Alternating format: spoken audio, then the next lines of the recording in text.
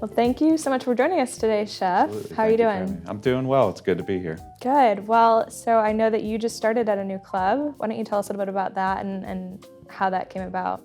So honestly, a big part of what kind of motivated me to even be in the market for a new job was PlateCraft. We talked a lot about work-life balance and things like that. And that just kind of drove me to look into a couple options. And I wasn't looking hard because I did really like my job at Rolling Rock Club. It was a great experience to work there. I learned a ton, and now I can apply that to this new opportunity. So I'm starting in the off season, which is a little bit difficult. I still have a lot to learn about the place and the operation, but yeah, just excited to be there, and the seasonality of it is definitely something that's appealing, but they're looking to really build their culinary program, so that's where I get to come in and use my experience to take it to the next level. So in the past, the quality of the items that they were purchasing and providing for the membership, it just wasn't at the top tier level. And otherwise, I mean, the golf course there is a very nice place to be, and it's very well respected around the United States, but the food just hasn't met that. So that's exciting that, you know, I get to go in and just kind of rebuild that program from pretty much the ground up. You know, they have had some successes with their program there, but to take it to the next level, like I said, and just take it to where the membership really enjoys to go there, not just for the golf, but the food as well. So what are your first steps? So first steps right now, I mean, the thing that's most important to me in a kitchen is building culture. I think that that is more important than even the food, because you can't consistently do good food if people don't want to be there or don't want to work with you.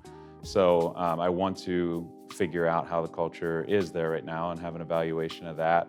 And then I always know, like, anytime there's a change, especially at the executive chef level, there's going to be just a little bit of a disruption in that because people are uncomfortable, they're not sure what the plan's going to be. So I want everybody to feel comfortable, and from there, that's whenever we'll start working on the food. Whenever I see all of that starting to come together, and people will understand that I'm there for the right reasons and things like that at that point. So those are my two biggest goals, is the food improvements and then also the culture. So I want to do the best that I can at building that slowly. I'm not going to force it, especially since it is a seasonal job. I only have about 5.5 months to make progress this year, so I don't want to hit the ground running and just kind of knock everybody off of their feet in a way that doesn't work for the operation. You mentioned work-life balance as being one of the reasons you decided to switch to this club. Tell us a little bit about that. Why is that important to you? I've dedicated myself to this industry over the years, and I love it. I mean, it's something that I do enjoy doing a lot, but there are times where that hits home a lot. Like, I'll be driving to or from work and it'll just kind of hit me that, you know, I haven't spent enough time with my family. So I have 2 kids and my wife, Trish. So just being able to spend more time for the important things in life, I think that's important for all of us. You get burnt out otherwise if you're constantly focusing on work. It's tough to keep your head right and everything. So I am really looking forward to being able to be more involved with being a father and a husband. And you know, like I said, it's something that I'm proud of the work that I've accomplished, but it has definitely done a little bit of damage in my personal life, so I'm looking forward to repairing that. Do you feel that as a greater shift in the industry toward more of a work-life balance? I do. I think it's going to take a lot of time though, but I do really appreciate what Club and Resort has been talking about in a lot of their magazines and everything like that. But and also Chef Scott Craig, I think he's really pushing in the right direction.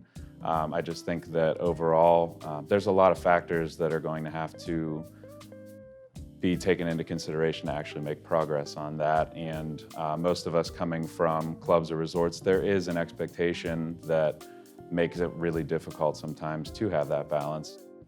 You mentioned PlateCraft. You were at the first PlateCraft, which was in last November at Cullasaja Club. Can you tell us a little bit more about that experience? Yeah, so like I said, that was a very kind of mind-clearing experience for me to go to that, and there was a lot of really refreshing things about it. So the things that we talked about, like I remember when Richard Brum was talking about fermentation, and I felt so silly at one point because he took something that I do often, so it was the 2% fermentation with lacto fermentation, and he applied that to what he does in his operation in a way that I've never thought about doing. And it was kind of like I've been doing 90% of the work to like get to that point, but I wasn't applying it. So to see that, it was just like an aha moment for me. So that was probably like one of my favorite things about it when he started talking about that. I'm very interested in fermentation, and applying that to a club setting is exciting for me. And to get somebody else's perspective on it, it opened my eyes a lot. Chef Gio Linez talking about the plating techniques too. There were a lot of things that it was, again, just taking it like another step forward of where I have done some things, or applying it in a different way.